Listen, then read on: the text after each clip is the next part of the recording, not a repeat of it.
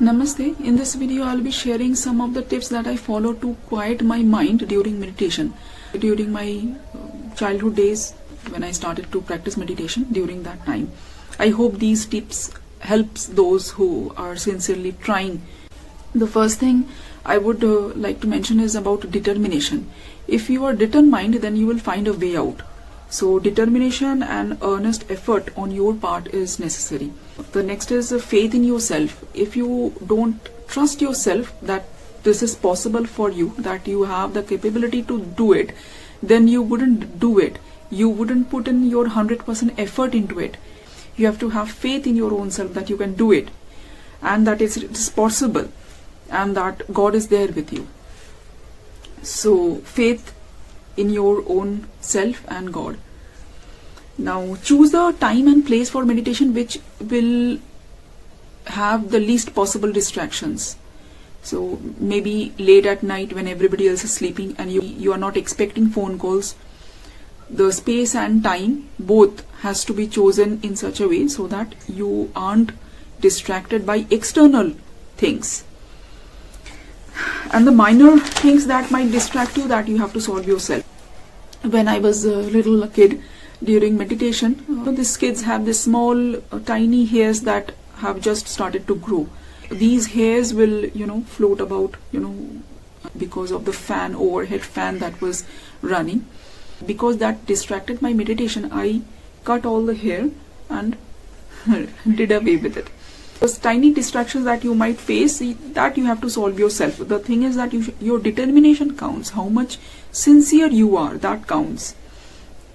And make it simple, like making an elaborate asana, and don't make the process very elaborate or sophisticated. Otherwise, the sophistication weighs your mind. It plays an effect on your subconscious mind, and your focus would be affected because of it. So keep the whole thing simple. Don't let your asana, your dress, your external things that shouldn't influence you as much. Make it simple. It's not that I didn't have a normal childhood. I did all the things that usually kids do, like watching movies, hanging out with friends, going to visit fairs. Like I had all the fun, I enjoyed myself and did everything. But then during meditation, that 1 or 2 hours that I would spend in meditation, at that time the mind had to be in my control. Sitting in a posture without moving for about 2 hours should be practiced at first.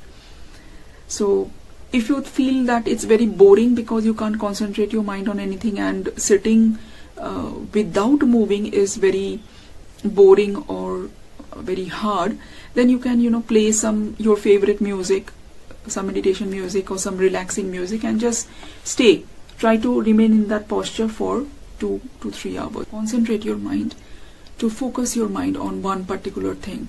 At that time I chose the shortest mantra. Remember, this is the time before my initiation into any mantra. So and I found it very helpful to practice concentration with the shortest thing. So either it's Om, or find any short mantra, Bij mantra which we call, and practice concentration with that. Like I used to repeat that mantra for some time, and then I used to tell my mind, try harder. My mind, I'm speaking to my own mind as if my mind is a third person, and I would say to it, try harder, focus harder. And step by step I used to get into deeper and deeper concentration. Focus harder. So that was very helpful to build concentration. During that time, this might be happening to others also who are trying very hard, that at one point of time you feel very dizzy or your head starts spinning. It seems like your head is spinning. That whenever I used to sit and try to concentrate, my head would start spinning and I will feel dizzy. So what I did was, for about a few days, I just relaxed myself. I stopped meditating, I stopped concentrating, and I relaxed. And even when I did it for very 5 minutes or 10 minutes, for a very short while. And I gave my brain and nervous system the time to build itself to be able to cope with what I'm doing. It's like going to a gym. You don't try very hard for the first time, or you don't try very difficult exercises for a long period of time. You do it gradually. You build your muscles, isn't it? So, and the muscles and your body builds up itself according to your, whatever you are trying to do. So likewise, you have to give your brain and nervous system the time to build itself, to be able to cope with what you are trying to do. So because that amount of concentration is not needed in our daily life. And so this is how I dealt with dizziness. When you're going into deeper meditation, you can't do it with a mantra. So at that time, you have to let go of any mantra. You just think about a space, or you just focus on your third eye, or you just focus on your heart chakra, and you just imagine the space or light there, and you just concentrate there. That concentration will take you to meditation, deeper meditation. But that is not, you don't sit and start that directly. First you have to sit. Every time you sit, first quiet your mind. You can even have a prayer that you just can chant peace, peace, peace, and then you will find that your mind is relaxing and becoming calmer than before, quieter than before. And then you can start a mantra. You can practice some concentration, and then after that, when your mind is very calm and concentrated, at that time you start your meditation. That is space, or the light, whatever be your process of technique of meditation, whatever you like.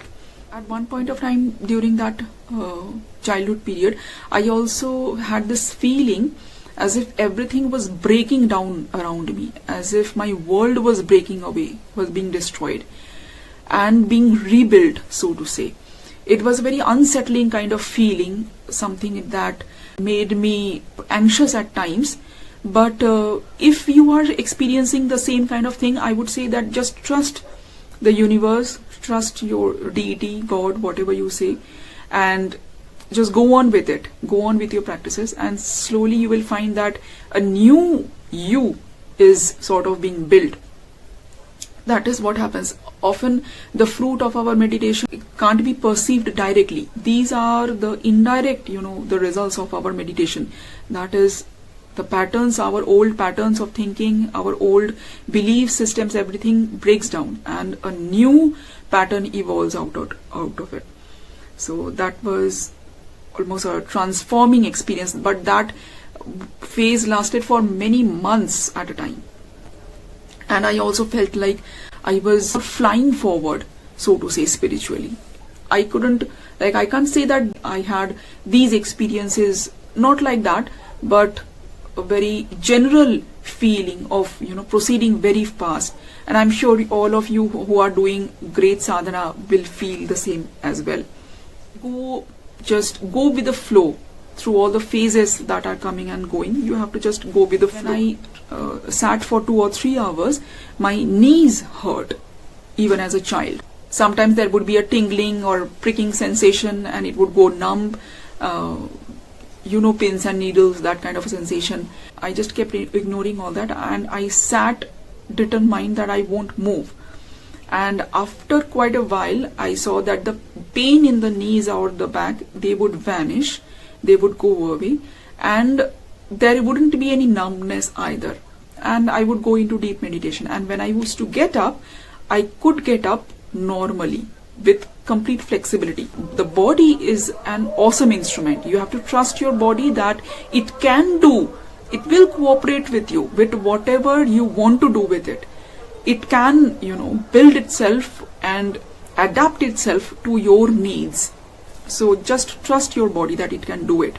Any exercise, any habit, that you start doing, going to the gym, doing a couple of exercises for a long period of time, even your hands and legs will ache.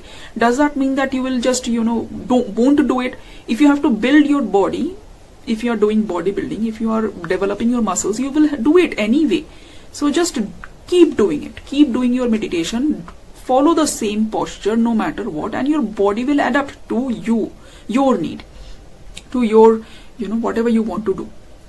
This advice is of course for people who have a healthy body, people who are already very old among you, who already have a lot of problems with your body. Well, this advice is not for you. You must do what you think you can do. I hope these things help you. And the only advice I would give is that there are many phases through which a sadhaka goes. At times I felt like not talking. I kept silent for days and months. But I had a very cooperating family, very understanding family. My parents never bothered me about all that. And so it doesn't matter even if people think you weird. Just be yourself and keep evolving. And at a time you will reach a phase where things will be normal in the eyes of people, and you too would be evolved enough to adapt to the world, to the normal society around you, as well as to the spiritual being inside you. Namaste.